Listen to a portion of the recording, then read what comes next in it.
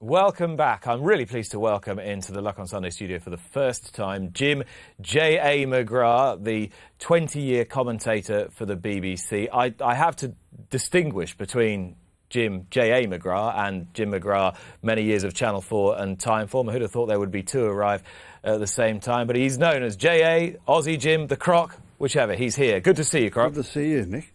And you were just saying to me, you've been very lucky in your career, you feel, to have worked with some of the sort of true titans of journalism and horse racing broadcasting. Yeah, fantastic, really. I was just thinking last night when you phoned me and said, look, come in and chat about it, I was wondering, what are you going to talk about? But I did think you said about my career, and I was thinking about the people I'd worked with. Peter O'Sullivan, of course, an absolute mega icon, as we all know, but not just broadcast, also print media. John Oaksey, who I worked with at the Telegraph side by side for many years, he was both as well. And then John McCririck, in latter years, never ever thought I'd work with him, and ended up working very closely with him at the races, which now is Sky Sports.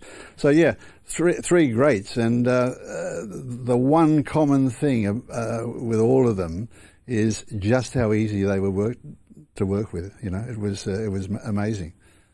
And taking over from Sir Peter O'Sullivan, I mean it's a great honour on one hand, but must have been huge pressure on the other.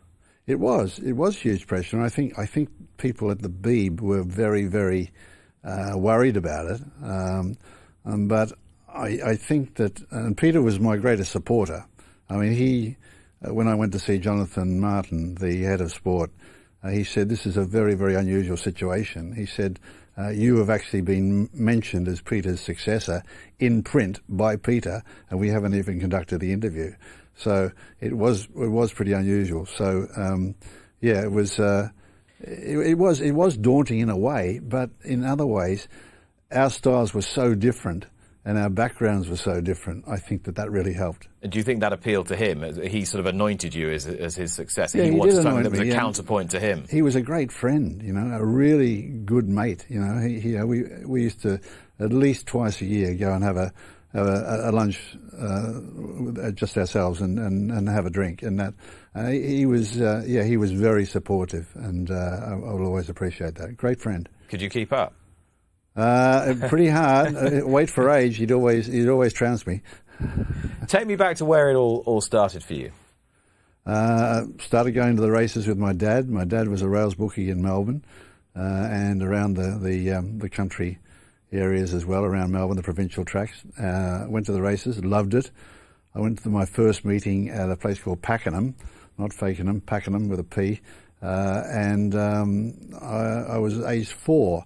I sat behind his stand, his pitch, and went up and watched races with him, and I was hooked. I just loved going to the races. I suppose going with your dad was a big thing as well. You know, getting away and just the two of us going to the races. Well, as it turned out, being a bookmaker, you weren't just the two in the car. There were also his 4 staff who were also crammed into the Pontiac, as I believe, I think it was a big American car. And we went to the races, and it was just fantastic fun. And from that moment, I always wanted to be involved. What about the calling, the commentating? The calling, I was always fascinated by the commentaries, because when going to the races, I used to watch these guys, particularly at Pakenham, because the commentary positions were in the centre of the course. They weren't at the grandstand on the other side. They were in the centre.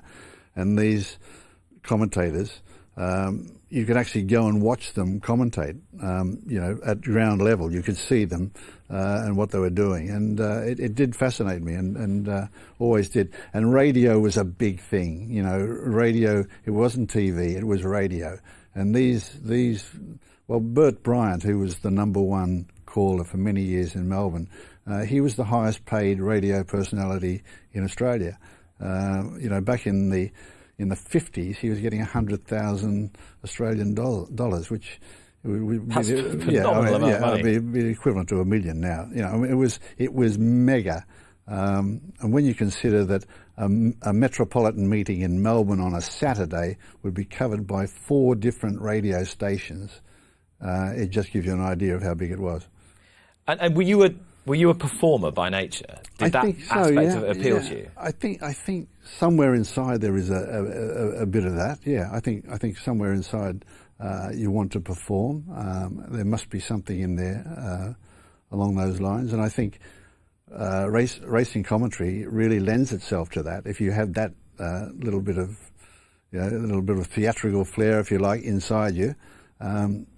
I always looked at other commentators, and I always think Terry Spargo from Dubai. He's back in Australia now, but I thought he had a terrific theatrical approach to it. It was a presentation. It was something important, and you knew the importance of the event and the importance of the racing by the way Terry was commentating. And I think it's true of others as well. Everyone has their own style. Does it matter what style you have so long as it's your own? I think it's important to be yourself, yeah. But the thing is that we don't know it, but we are nicking little things from everybody.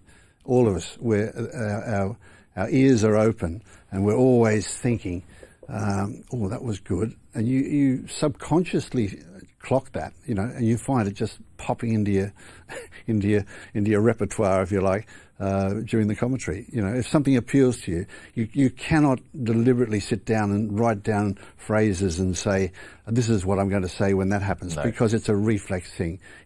I always sort of equate it to a slips fielder in cricket. You haven't got time to think. You just got to put your hand out and grab the ball where you think it is. So when Kinnan went for the inside in that last furlong on See the Stars, and you said See the Stars, perfection in equine form, which of course everyone now remembers. I have got that right, haven't I? Yeah. Thank God for that. That was just straight out of the... Well, I have to say, right, I listened to a very good interview with Greg Miles, who was for 35 years the number one commentator in Melbourne. And he was commentating on the third of Maccabi Diva's Melbourne Cups, and this had never been done before. Several horses had won two, but he had Maccabi Diva going for her third Melbourne Cup, and Bruce McAvaney, who's the top sports commentator, sportscaster down there, he said to Greg, "Well, you've got a line lined up, haven't you, for if it happens, when it happens?" And he said, I went home and he said, I hadn't got a line. And he said, and I did come up with a line. And,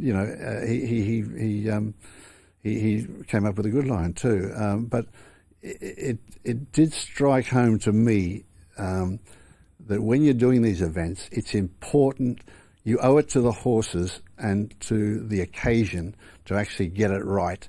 And also, not only get it right, but also to do them justice. And that's why I felt that day I did See the Stars justice, but I did have that line in my head. So you had it in your head? I had it in my head that if that happened. But what any commentator would tell you, it is almost professional suicide to go there with a scripted, something that you've scripted the night before. You have an idea what you want to say, but you cannot script it. It has to be the general gist of it. Richard Hoyles is very, very good at I find he's excellent at giving you an editorial, just getting the nub of the story, and in the moment as well. And it's quite difficult to do. It's a bit like sub-editing and getting it for a tabloid newspaper. You've got to have a phrase. You've got to have a knack to be able to do it. And you and Richard have one thing in common, many things in common, but the one other thing, apart from being well-known TV commentators, that you have in common is that you both worked in Hong Kong. Yeah. Which is a tough gig. It is a tough gig. Yeah. So tell me what you learned going from Oz to Hong Kong. Well, the first thing I learned was I had to slow down my commentary because English is a second language for many people in Hong Kong. So that was the first thing. Slow down. Were you rapid in Australia? Yeah, and that's the Aussie style. The Aussie style is machine gun stuff. And, you realise after a while people can't understand you. And that is the first essential, you must be understood. People, what's the point of having a commentator if you don't know what they're saying? So that was the first thing. But the other great thing about Hong Kong for me was it was such a learning curve. I went there at the age of 21. And when I think back now, and I think, gee, how did my mum and dad let me go when I was 21 to Hong Kong? You know, it was a pretty fiery place at that time. It was just at the end of the Vietnam War. It was, it was a pretty wild town, and it was, but it was a great experience professionally, because the television coverage started to expand, and I went from doing one television program a week on racing to doing 8 a week by the time I left.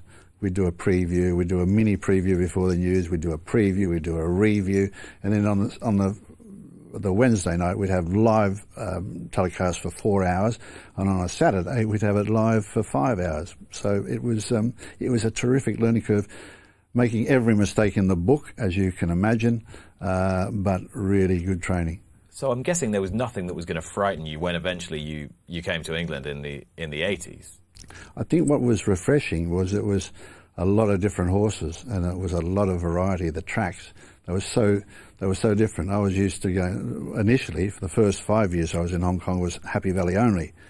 So we'd go to Happy Valley. It did get a bit boring, you know, I have to say that.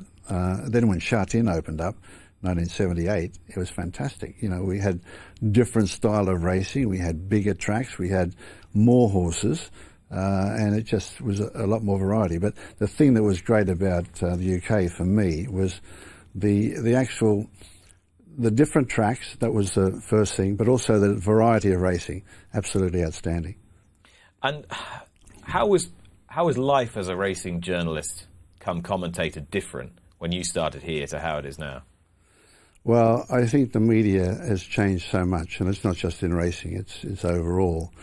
I look at the guys at the Racing Post. My admiration for them is so high.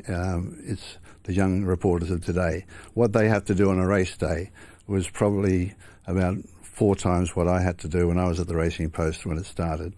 You know, they have to get to the track before 10 o'clock. They have to have their tweets. They have to have the Instagram. They have to have a preamble for something that can go up on the website. They have to do almost a running report during the day, and then a considered piece at the end. It's very, very demanding, and I take my hat off to them. I think they do a great job. You know, it really is tough. When I came here, we'd go to the races, and you'd be required to file probably about, say for the Telegraph when I started there, usually between 550 and 750 words a day, which is, you know, if you're writing a considered piece, that's a fair whack, you know, but it's not as demanding as what they have to do today. So it was a bit more relaxed, and I think also what reporters were able to do then was actually develop contacts.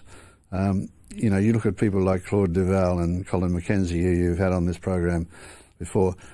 Colin's contact book would be mega millions, you know. Never mind Bob Monkhouse's joke book.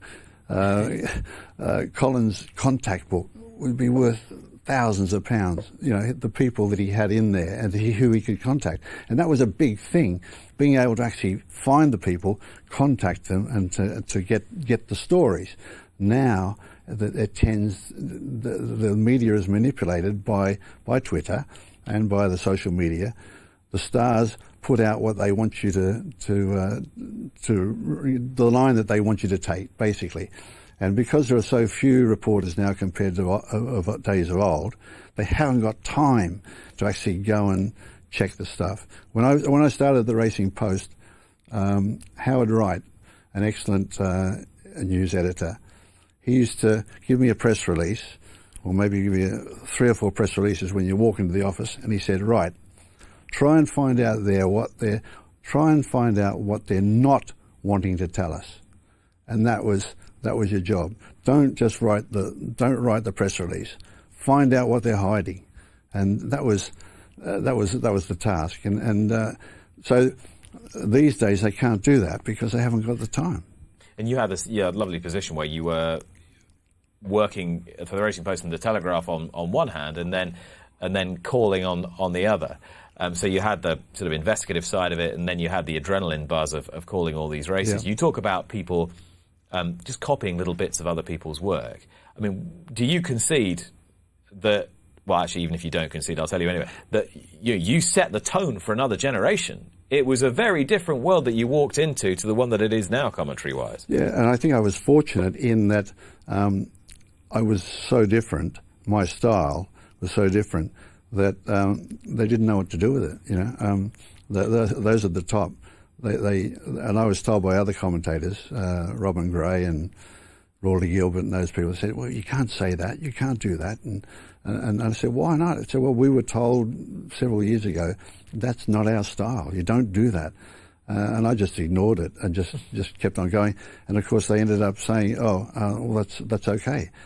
So it was it worked out well that way. But I think it's I suppose there are certain, we've all got certain styles, and I think you've got to be yourself.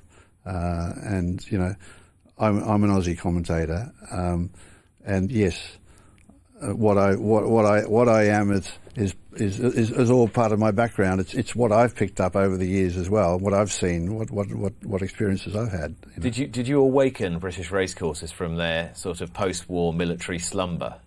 I wouldn't say that, Nick. No, I wouldn't go so far as to say that. But it was very military. The Racecourse Technical Services was run by I think it was Brigadier James or something like that. I turned up at York in 1984 at the first day of the E-Ball meeting. I was calling 2 races each day. Rawley Gilbert was the main commentator, and Colonel or Brigadier James came into the box, the commentary box, said, "Well, McGrath, make sure you get them right."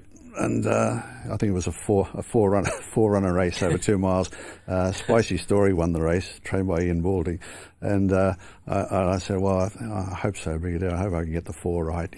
And it was a bit military. Yeah, it was. Having been used to sort of 14 of them hurtling round 7 times a night in Happy Valley. Yeah, exactly. You could probably manage 4 round York, all right? Just about, yeah. And did you immediately enjoy it when you came here? Loved it. Loved the race. Did you feel at home straight away?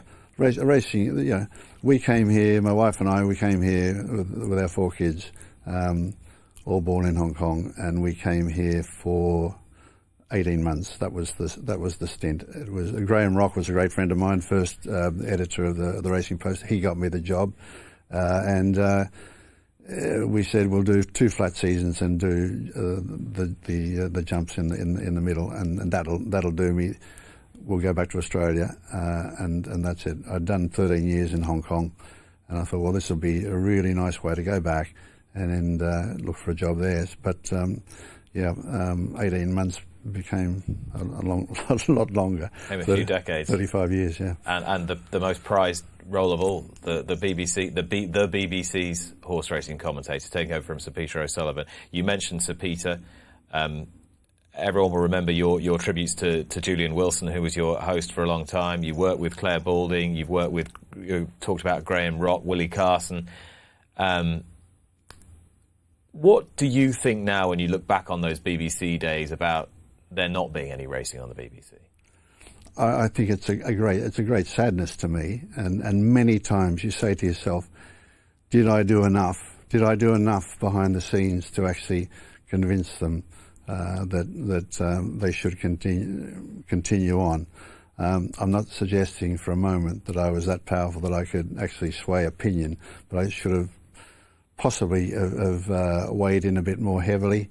I did when I could, but the 2 key figures that left the Beeb actually led to the disintegration, I think, of racing. And Jonathan Martin, who was the head of sport, he was a huge racing man, a terrific enthusiast, but also understood the sport, understood the politics of the sport, and also he was so pro, right? The other one who was a huge figure was Will Wyatt, who ended up being, I think, chairman of Racing UK. Yeah. But he was the managing director of the BBC. He had a huge role. Those two figures, it doesn't matter what anyone says, when people in offices see that their bosses are so enthusiastic about something, they will do everything they can to play ball. And as soon as those two figures left the playing field, it became a very different scene. People don't understand. A lot of people don't understand racing, particularly in sports. I've found in sports, on sports desks, in newspapers, and in broadcast, general broadcast organisations. They don't understand it, and it becomes a thing. I've found a lot of people, they take great pride in saying, "Well, I know nothing about racing," whereas where I'd come from in Australia, you wouldn't get a job in a newspaper when I was there, if on a sports desk, if you didn't understand something about or didn't like racing. You wouldn't get a job. So it's changed enormously, and I think sports desks here they get away with it by saying, "Do you know what? I know nothing about it. It just does nothing for me," and they get away with it. And that's how much it's changed. And I think the the BBC, it's changed a lot internally, and we've just seen the scandal of the last few days with Bashir. That it's such a huge organisation that there are things going on that you can't control. It's just almost out of control. But on the other hand, I can honestly say, hand on heart, I haven't worked in broadcasting with better professionals than I worked with at the BBC. There are some really, really top professional people there doing a great job. And that within that racing environment that you were in? Within the racing environment, within the sports environment, top people, really, really outstanding in their level of professionalism. And that's why the whole thing with the Bashir thing, it just destroys so many, it's destroying the BBC. And I find that as an outsider from another country, and see what can be achieved through this great broadcasting system. I think it's a real tragedy that it's actually starting to just unfold. Did you have an understanding of how your role with the BBC was perceived back home in Australia? I ask you that question because many years ago, through you in fact, I was fortunate enough to host an event with Bruce McAvaney, and he told me how proud the whole Australian broadcasting firmament was of your role at the BBC. Did you feel that responsibility? I didn't know. I'll be honest. I didn't know Bruce felt that way at all. But I think that what people who live in this country don't quite understand is how respected the label, the name BBC is outside this country. Still, yeah. I mean, you go to Asia, you turn up in Hong Kong, or you turn up in Thailand or anything, and say you're from the BBC, you will get in. You will get an interview. You will. That door will open. And the same in Australia. Even now, that you will get in that door. A lot of broadcast organisations, a lot of broadcasters, they cannot get through the front door. They just put the barriers up. They don't want to know. BBC will always get in. What happens after that is another thing. You've done a lot since you left the BBC, worked for At the Races, which is now Sky Sports Racing, obviously, for a number of years as well. And I know you're still heavily involved in the action that's going on in Hong Kong, Jim. And you said, don't make this an obituary. This is not an obituary. Certainly not. I'm not done. No, I'm not. Certainly not. Are you still somebody with the same enthusiasm as you were of a 4-year-old boy going to Pakenham with your dad? I'm afraid I am. Yeah, I'm sad to say, or maybe happy to say that I am. I watch so much racing on television. It's just not funny. My day on a Saturday starts with. Started on Saturday with Doomben and Rose Hill, and then Zaki was good, wasn't he? In the Doomben Cup, absolutely. My goodness me. 7 lengths. And then of course you go on. Sometimes you have a Hong Kong meeting in the morning, and then you go on to the races here in the afternoon. maybe if you really want to dip into it, really want to have a real racing fest, you can go on to America at night. And you would actually sit and do starter, main course and dessert like that? Well, I would on say if the Belmont was on or the Kentucky Derby, I certainly would. Yeah. That's fantastic to hear. Yeah. You know, the passion still burns as bright as ever it did. And are there still unfulfilled ambitions, either as an owner, broadcaster, commentator, writer? Well, there's always lots to do. My son is a trainer in Melbourne, and he's been training 5 years now, and he's doing quite well. I've been helping him quite a bit. We talk daily on FaceTime. Thank God for FaceTime. You know, he's doing he's started from scratch. I think it was 5 years ago. Started from scratch, and he's going great guns. You know, he's really progressing. He had 4 Metropolitan winners this season, from a stable of 15 horses built from scratch. I think that's pretty good. So. Yeah, there's plenty to do in that regard. As far as writing goes, I do thoroughbred racing commentary, which I find is a terrific outlet, international outlet, and of course the Hong Kong racing for the Post. And I mean, you're preaching to the converted here. I mean, I'm a convert to racing as a global sport. You know that, but is that something you'd like to list amongst your achievements? The fact that you've brought a little bit of the international to these shores and have brought a little bit of what goes on here to the outside world? Well, I don't think you sit there and say, you know, what have I achieved or whatever. No. It's for other people to judge whatever they think. But I, like you, think that internationalism in racing is absolutely crucial for the overall good of the sport. For the sport to prosper, I think we have to have this internationalism, because that is the future. You know, you talk about the funding and this, and you know, we haven't got time to talk about funding, but you know, this world tote that they're talking about, and it is operational. That is the future. That is the future. I see is that, you know, 20 years from now, we are betting on all major events in this huge world tote, which is divided up among all the major players, the major jurisdictions, the major stages of races, and that's the way forward. You know, I think it is. I think it's very, very important, and that's why this pandemic has been so damaging. Those international strands haven't been as strong as they should have been. Yeah, certainly one of the very few alternative funding opportunities that have presented themselves in recent. So what we could be doing now, Croc, is not sitting here but doing the Derby Walk. We could be.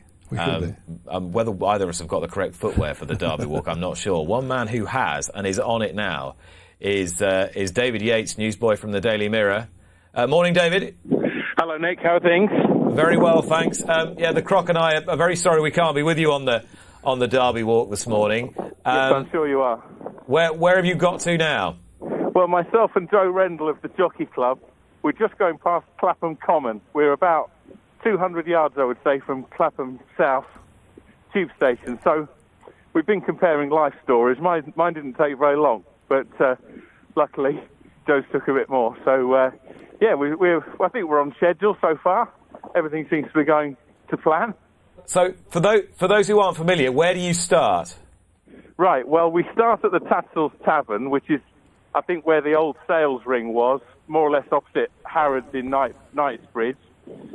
And we walk to the Elephant and Castle, and then down, at the moment we're on the A24, sort of the Tooting High Road, then through to Morden, and then to Epsom. It's sort of, as everybody knows, the Derby was first run in 1780, but passenger railways didn't really start until the second half of the 19th century. So in that 70 years plus, if you wanted to go to the Derby from Epsom, to Epsom from London, if you didn't have a horse and you couldn't ride one of your servants to the races, then it was Shanks's pony. So that's what we're doing.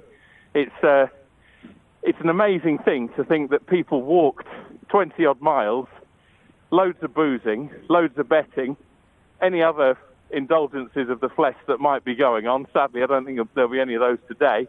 and then were able to walk back to town. They must have been a different breed altogether. I've got this image of you walking through the street with... Actually, no, I think I better just move on. I think I'll take the image out of my head. What I can tell you is that the Just Giving page, Dave, is on the screen now, justgiving.com/fundraising/Derby Walk 2021. And this year you are raising money for... Right, well, that's very kind of you to put that up. I'm contributing to the Derby Walk founder John Sandy's page, which is the one that you're showing. That's for Epsom Riding for the Disabled.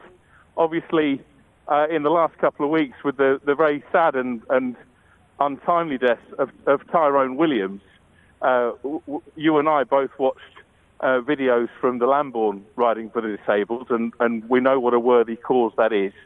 So, so anyone who's had a good weekend on the GGs, probably not following my tips, I'm afraid, might feel inclined to donate, which would be very gratefully received.